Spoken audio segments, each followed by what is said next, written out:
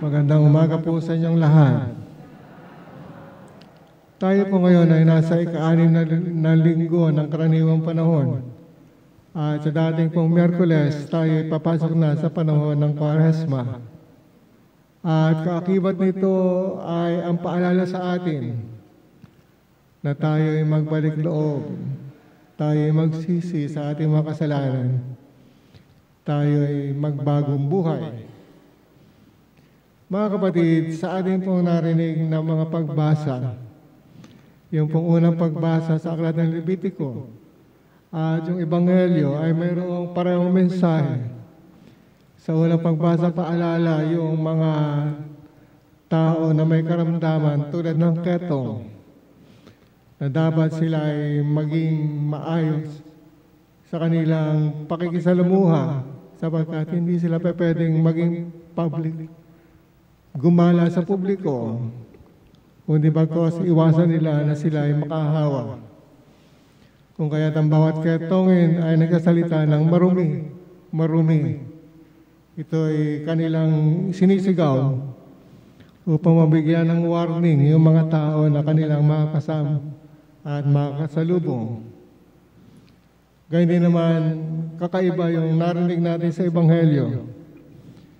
Sapagkat sa halip na lumayo yung taong ketongin, lumapit siya sa Panginoon at nagpatira pa, naniglod at nagmakaawa.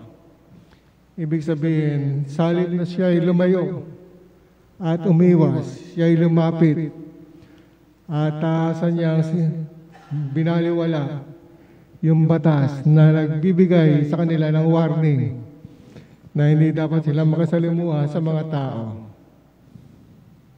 Kung kaya iba yung kanyang naging panuntunan. Pero sa paglapit niya sa Panginoon, hindi niya ito pinilit na pagalingin siya.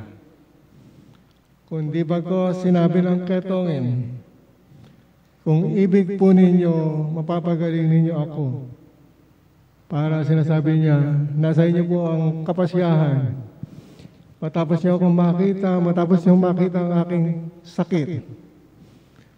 Kung iibigin niyo, mapapagaling ninyo ako. At sa ganito mga kataga, nandoon ang kanyang pagpapaubaya ng kanyang buhay, ang kanyang pagtitiwala sa kanyang sinasabihan na walang iba kundi ang guro, ang Panginoon, na kinikilala niya makapangyarihan sa lahat. Mga kapatid, sa panahon natin ngayon, mayroon po tayong mga pandemya na kung saan nakapaloob tayo, tulad ng COVID-19. Noong bago-bago lamang yung COVID, ang bawat may ubo, pinaglilingunan ng mga tao, ang bawat nilalagnat ay nilalayuan.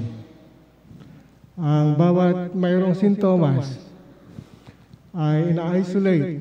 Kung kaya't kapag ikaw ay mayroong trangkaso, sigurado babantayan ka ng barangay. Hindi ka makakaalis ng iyong mga bahay. At sa buong mundo nagkaroon po ng quarantine na hindi ka basta-basta makakalabas sapagkat baka ikaw ay makahawa o ikaw ay mahawa. Kung kaya't kayo na lamang ang higpit para hindi tayo magkaroon ng paglaganap ng COVID-19. Pero ang ganitong pangyayari, hindi natin maiwasan sapagkat sa buong mundo nagkaroon ng buong panghahawa ng pagkalat ng COVID-19. Nung araw yung ketong ang kanilang kinatatakutan sapagkat kapag ikaw ay may ketong, i-isolate ka at hindi ka makakalabas at doon ka naman sa mga kuweba mananatili at mamamatay kang nag-iisa. Gayun din ang nangyari ngayong panahon natin. Sa COVID-19, walang makakadalaw sa iyo. At kapag ka namatay ka, susunugin ka at iuwi ka na lamang na abo. O dili kaya kahit abo hindi kayo ipuin, sapagkat natatakot na makahawa ka sa mga taong may magandang katayuan at kalusugan. Mga kapatid, ang ketong ng panahon ng Panginoon at anumang uri ng karamdaman ay mayroong pong dalawang bagay na dapat nating tingnan.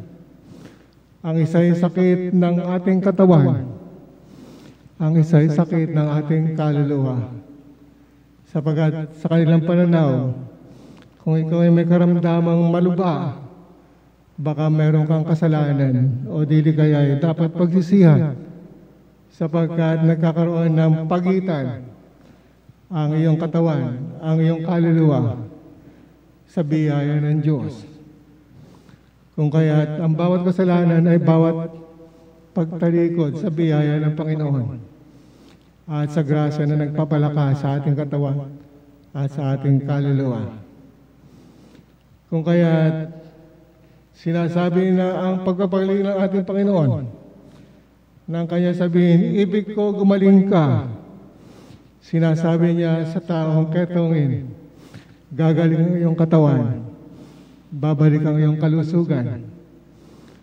At hindi lamang babalik ang magandang pakikisama at pag-uunayan sa ating katawan at sa ating kaluluwa, kundi bagkus pakikipag-ugnayan din sa ating kapwa, babalik ang magandang ugnayan natin sa ating kapwa kapag tayo gumaling sa ating karamdaman.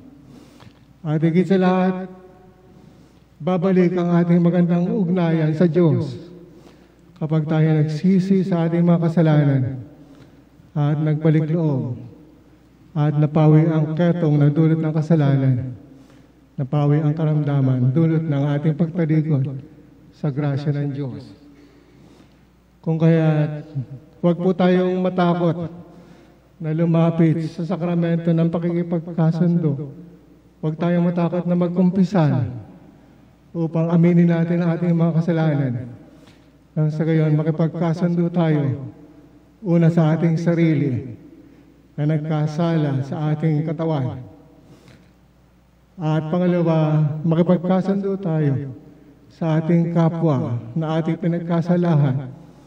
At pangatlo, makipagkasundo tayo sa Diyos na ating tinalikuran ng dahil sa ating kasalanan. Nang sa gayon, sasabihin ng Panginoon sa atin, ibig ko, gumaling ka, at tayo makakaligtas, at tayo makakalaya sa ating karamdaman. Amen.